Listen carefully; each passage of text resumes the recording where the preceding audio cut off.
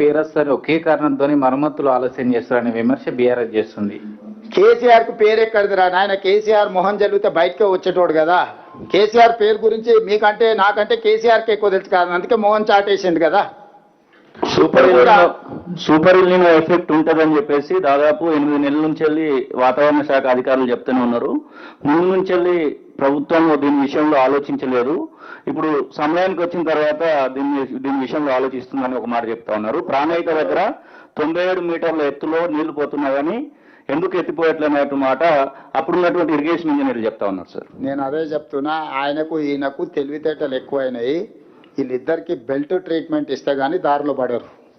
వాళ్ళిద్దరికి belt treatment అవసరం ఉన్నది, అబద్ధాలు చెప్తున్నారు కాబట్టి. నేను అందుకే చెప్తున్నాను, మీరు వెళ్ళి చూడండి, లేకపోతే నిపుణులు ఉంటే మీరు ఎవరినైనా ఎంగేజ్ చేయండి, దాని ఫీజు రాష్ట్ర ప్రభుత్వం ఇస్తుంది. సార్ ఈ అబద్ధాలను చెప్తున్నారు కాబట్టి మీకు వాస్తవాలు అన్నిటిని కూడా వివరాలతో మీకు చెప్తున్నాను. ఇంకా వాళ్ళు చెప్పిందే మీరు నమ్మి మీరు ఇంకా అదే దీంట్లో ఉండడం, అది జర్నలిస్టులుగా మీకు కూడా పెద్ద ప్రయోజనం ఉండదు. అందుకే డీటెయిల్స్ అన్ని మీకు వివరించడం. సార్ ఎన్డీఎస్సీ రిపోర్ట్ వచ్చి 15 నెలలు అవుతుంది.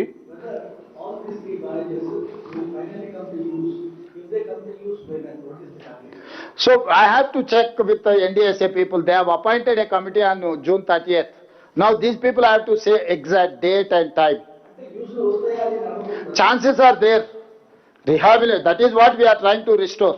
That is why we appointed army people and experts, internationally renowned persons are involved in this process. So we are trying to restore. So we are trying our level best.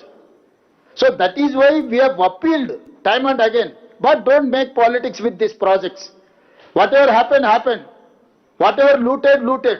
They burn with lie and corrupt. They are looters and cheaters. This is what my official statement on KCR family.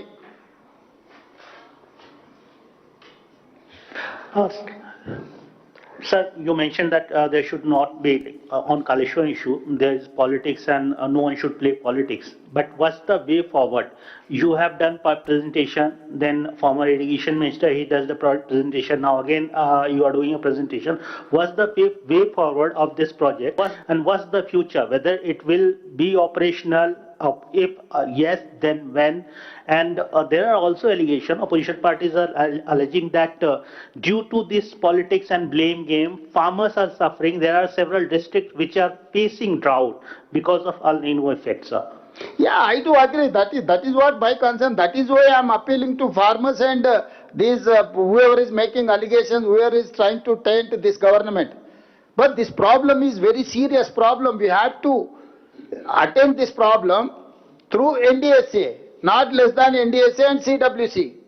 They have categorically suggested NDSA has to monitor this rehabilitation works. We have to support, we have to facilitate to these organizations. We cannot take any other steps than NDSA suggestions.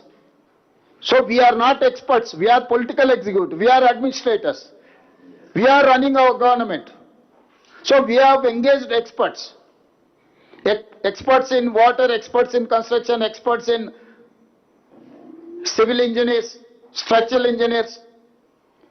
So they are trying to restore this project. They are examining. Geological survey is needed. Many surveys we need. They are trying to get that straighter, then they will give you suggestions way forward. Based on that we are, so for this month end, according to my minister's information, by August end we are going to get all these suggestions, information. Then I can tell something.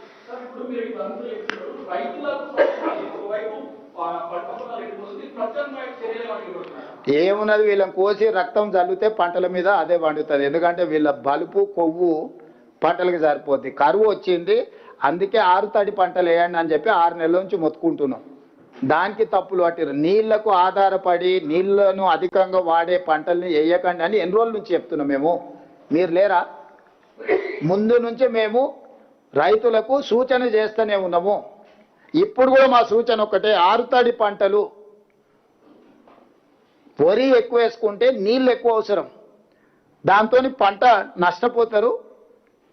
ఆరుతడి పంటలు వేయండి అని చెప్పి మేము మీటింగులు పెట్టి రైతులకు రైతు బజార్లల్లో లేకపోతే రైతు వేదికలల్లో వాళ్ళని మొత్తం అవగాహన కల్పించే సదస్సులు పెడుతున్నాం.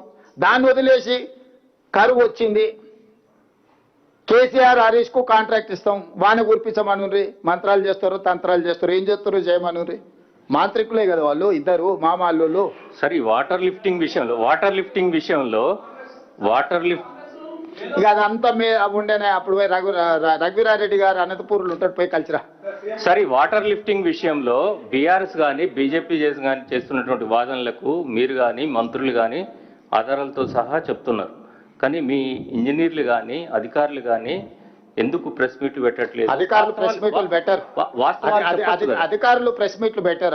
గత ప్రభుత్వంలో కూడా కాళేశ్వరం సంబంధించిన ఇష్యూలో అధికారులు సాంకేతిక నిపుణులు ప్రభుత్వానికి సహకరించడానికి, ప్రభుత్వ ఆదేశాల ప్రకారం పనిచేయడానికి మాత్రం అధికారులు ఉంటారు. అధికారులు ప్రెస్ మీట్లు బెటర్.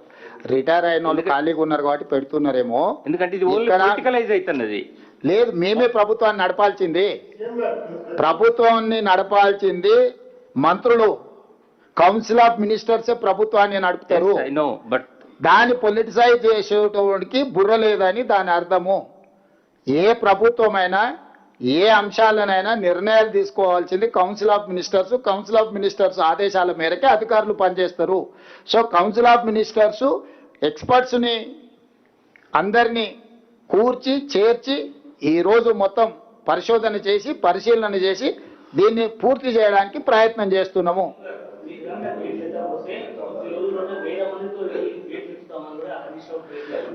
అందుకే చెప్తున్నా, ఎల్లమను, దాంట్లో దిగమను, దూకమను, రాయి కట్టుకొని దూకమను, శని పోతుంది.